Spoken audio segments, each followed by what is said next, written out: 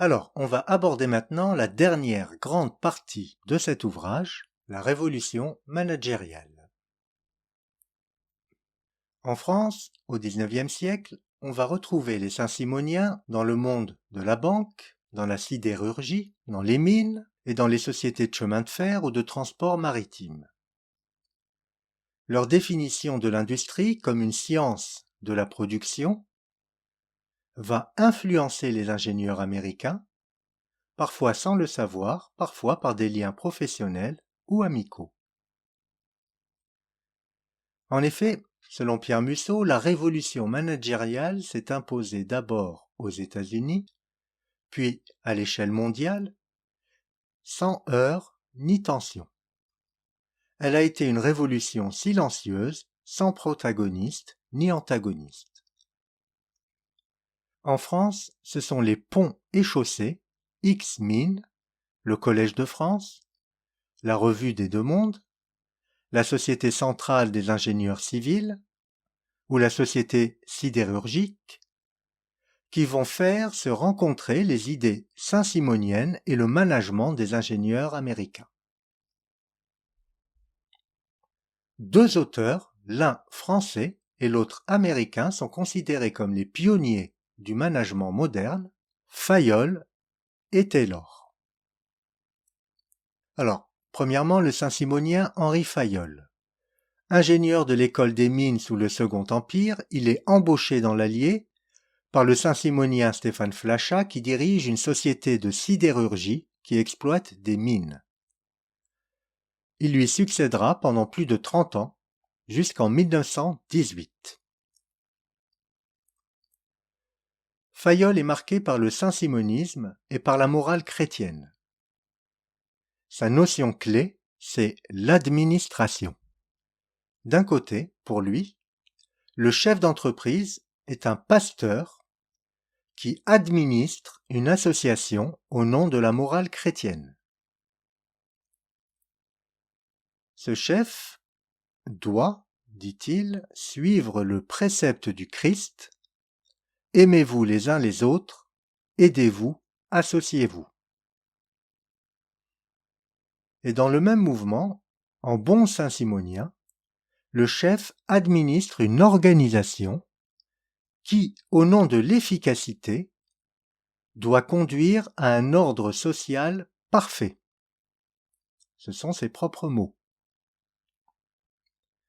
Fayol propose d'étendre ce nouvel ordre industriel à l'État, car celui-ci doit fonctionner comme une industrie et devenir un État industriel.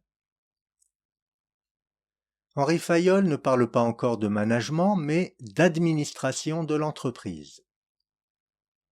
Sa doctrine administrative prolonge la doctrine industrielle de Saint-Simon et en emprunte le vocabulaire. Pour Fayol, il faut exploiter les capacités des travailleurs et éliminer les oisifs. Mais, à la différence de la doctrine de Saint-Simon, la doctrine administrative de Fayol n'a pas pour objet le changement social. Elle a pour seule finalité l'efficacité et la performance de l'entreprise. En 1916, il publie Administration industrielle et générale, qui est considéré comme l'un des deux textes fondateurs du management, avec, excusez l'accent, The Principle of Scientific Management de Taylor, paru 5 ans auparavant, en 1911. Dans cette Bible, Administration industrielle et générale donc, Fayol expose les 5 piliers du dogme managérial. Apparemment, il se résume par les initiales POCCC, POC. Selon Fayol, la fonction principale d'un chef d'entreprise est la capacité administrative. Un chef doit être capable d'administrer une entreprise, c'est sa fonction en tant que chef. Et pour y parvenir efficacement, il doit être capable de prévoir, organiser, commander, coordonner et contrôler. Ce sont les 5 piliers. Prévoir, organiser, commander, coordonner et contrôler. Je ne vais pas entrer dans le détail de chacune de ces qualités que doit acquérir le chef d'entreprise, elles sont très largement développées ailleurs. Il suffit de taper Fayol sur Internet pour le voir. Je vais donc plutôt essayer de saisir, à la lumière de ce qu'on a pu voir précédemment, sur quelle croyance, sur quelle vision du monde, sur quelle représentation elle repose. Donc, le premier pilier, la première qualité, prévoir. C'est la qualité maîtresse du chef. Pour Fayol, la prévoyance doit donner lieu à un programme d'action. Alors, je ne vais pas détailler ce programme d'action, encore une fois, il est très facilement trouvable sur Internet pour ceux que ça intéresse. Par contre, on peut ajouter que la prévoyance repose sur l'idée moderne de progrès telle qu'elle a été fixée au XVIIIe siècle. En effet, si la prévoyance du chef est une qualité qui en fait un chef légitime, c'est parce que cette prévoyance repose sur une représentation du progrès partagée par tous.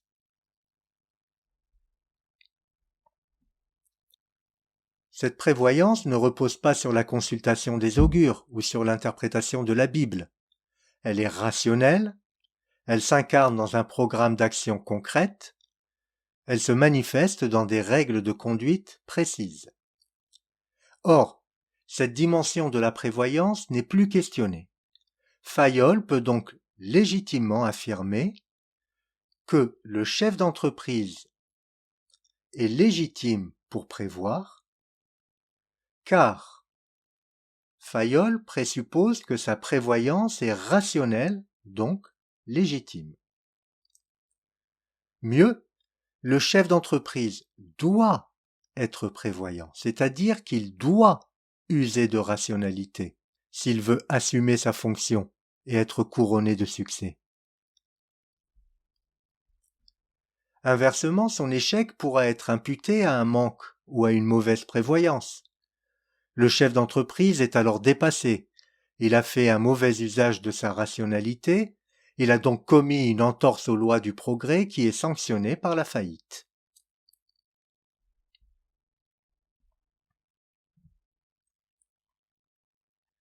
Il y a un deuxième point aussi, c'est que la prévoyance est aussi une qualité nécessaire, utile, parce qu'elle permet de faire croître l'organisme vivant qu'est l'entreprise. Et cette idée d'une croissance, d'un développement, qui serait la fonction même de toute organisation, n'est plus interrogée non plus. Elle n'est plus questionnée parce qu'elle repose sur l'idée de progrès, et cette idée de progrès, elle-même n'est plus interrogée, et elle sert même de support ultime de légitimité.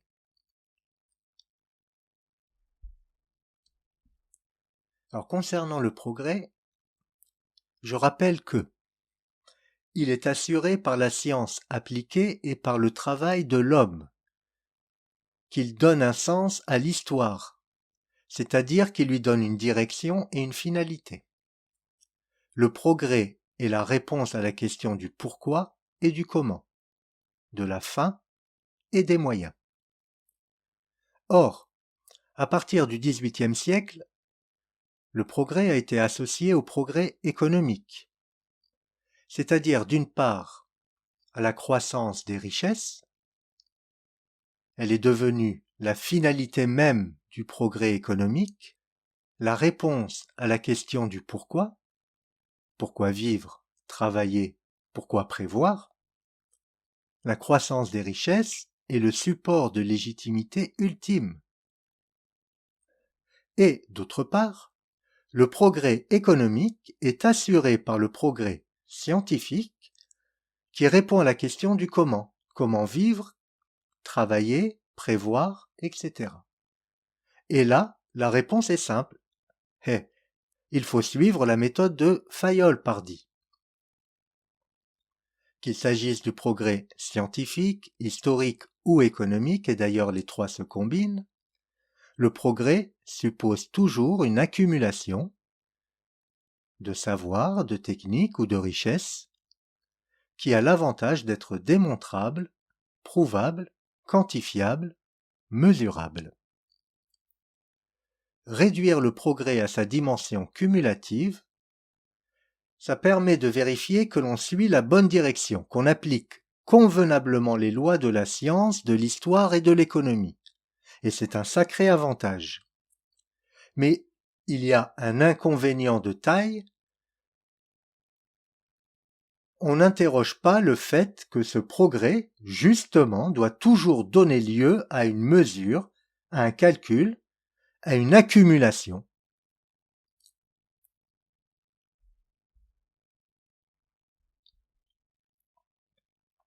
Et, surtout, la réduction du progrès au progrès économique, calculable et cumulatif, a l'inconvénient, ou l'avantage, cela dépend des points de vue, de dissoudre la question du pourquoi, de la finalité, dans une réponse tautologique. Selon cette vision, il faut progresser, se développer, croître économiquement, car c'est le sens de l'histoire, le sens du progrès. Sinon, c'est le déclin ou la mort. Le sens du progrès offre à la fois le discours de légitimité et la méthode pour y parvenir. La prévoyance fait partie de cette méthode.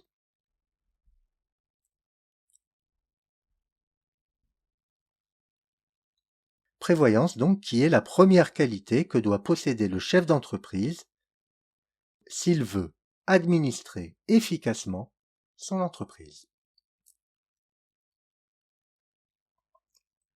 Alors voyons maintenant le deuxième pilier ou la deuxième qualité du chef d'entreprise.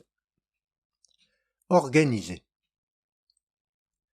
Organiser une entreprise, pour Fayol, cela signifie que le chef doit la munir de tout ce qui est utile à son fonctionnement. On voit que cette qualité repose sur la réappropriation saint-simonienne du concept d'organisation défini par Lamarck. Pour Lamarck, on l'a vu, toute organisation trouve sa rationalité en elle-même, dans son propre fonctionnement, et non plus dans un dieu ou un quelconque tiers extérieur.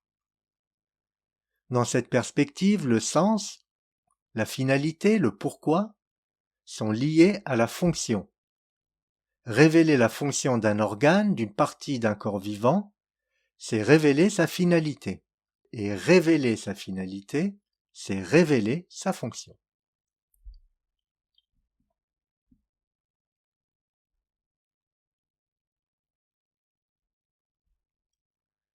Tout corps vivant est un être organisé, un organisme, dont chaque partie assure une fonction pour qu'il puisse lui-même assurer sa fonction. Donc, chacune des parties d'une organisation remplit une fonction qui lui donne sa finalité. Et ce sont ces fonctions qui donnent un sens à l'ensemble de l'organisation, celui d'être un organisme vivant.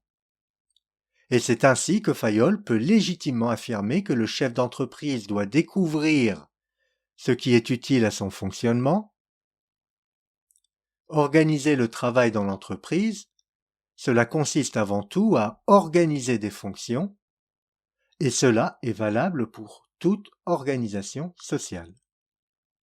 Il faut organiser des fonctions. Nous sommes encore aujourd'hui les héritiers de cette représentation, qu'il s'agisse pour nous de définir une institution comme l'entreprise, l'exploitation agricole, l'école ou même l'État. Nous avons naturellement recours à une définition fonctionnaliste. Les membres en sont toujours définis par leurs fonctions Et la bonne organisation est celle qui sait se munir de ce qui est utile à ses fonctions, ce qui les fait fonctionner.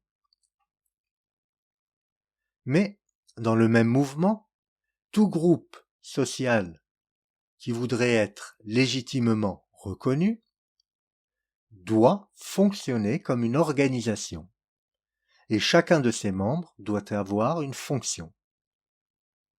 Cette représentation réductrice peut se révéler extrêmement dommageable et même en contradiction avec ce qui la fonde et la légitime. En effet, le progrès était censé libérer l'homme de la fatalité.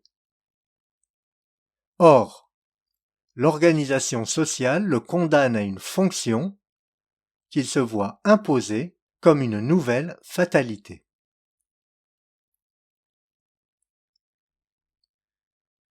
Alors voyons maintenant la troisième qualité.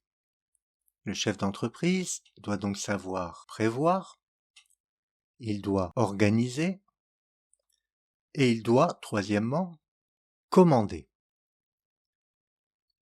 Pour Henri Fayol, le chef peut et doit légitimement commander parce qu'il sait faire fonctionner l'organisation sociale qu'est l'entreprise.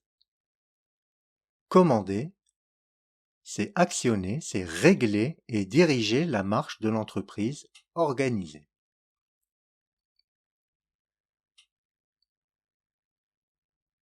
Quatrième qualité, coordonner.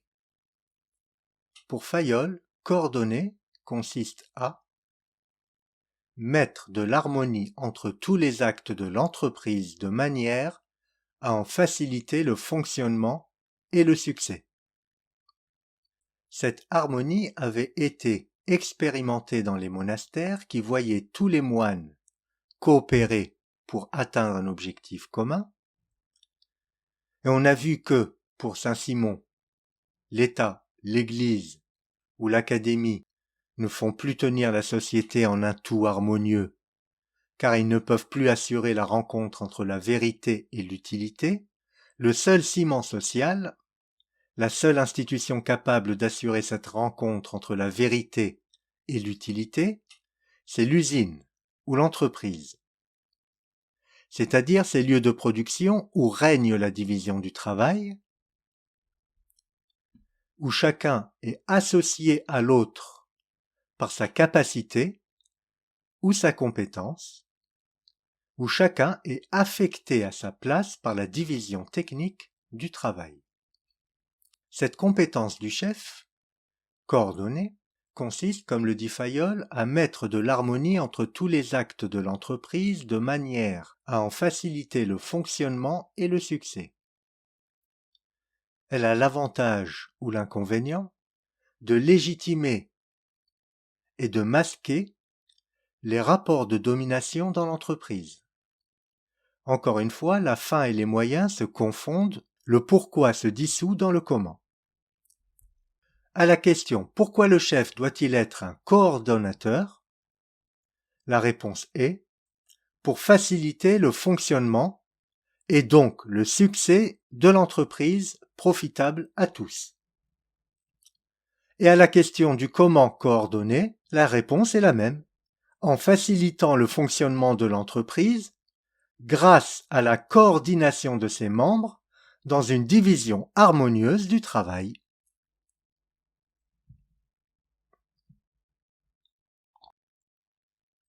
Et on en arrive à la quatrième qualité, contrôler. Pour Fayol, cela consiste à vérifier si tout se passe conformément au programme adopté, aux ordres donnés et aux principes admis. Ici encore, la méthode, en apparence toute scientifique, de vérification repose sur une double légitimité. D'un côté, la rationalité, un programme et des principes admis rationnellement et scientifiquement, et de l'autre côté, une représentation du temps comme programmable, car progressif, linéaire, tendue vers une finalité, un objectif, un cap. Le contrôle du chef se trouve donc légitimé par une rationalité qui dit comment contrôler et une représentation qui dit pourquoi contrôler, pour vérifier que le comment a été correctement effectué.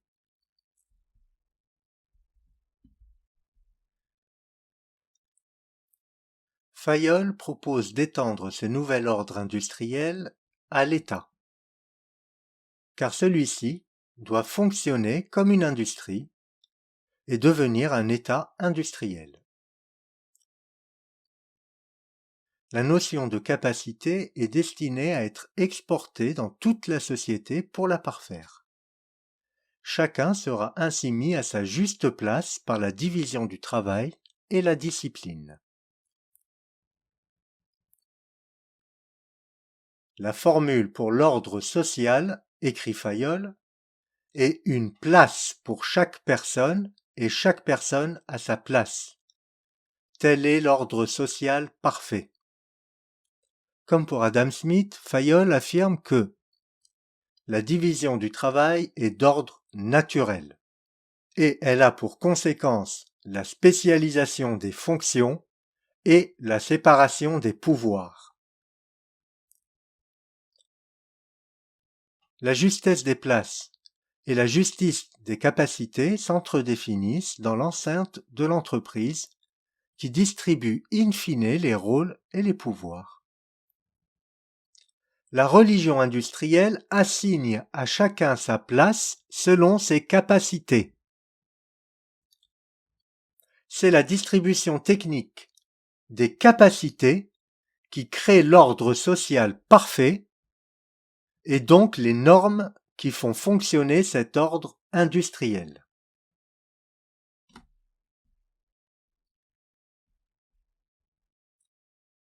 Les théories de Fayol vont beaucoup inspirer les managers américains.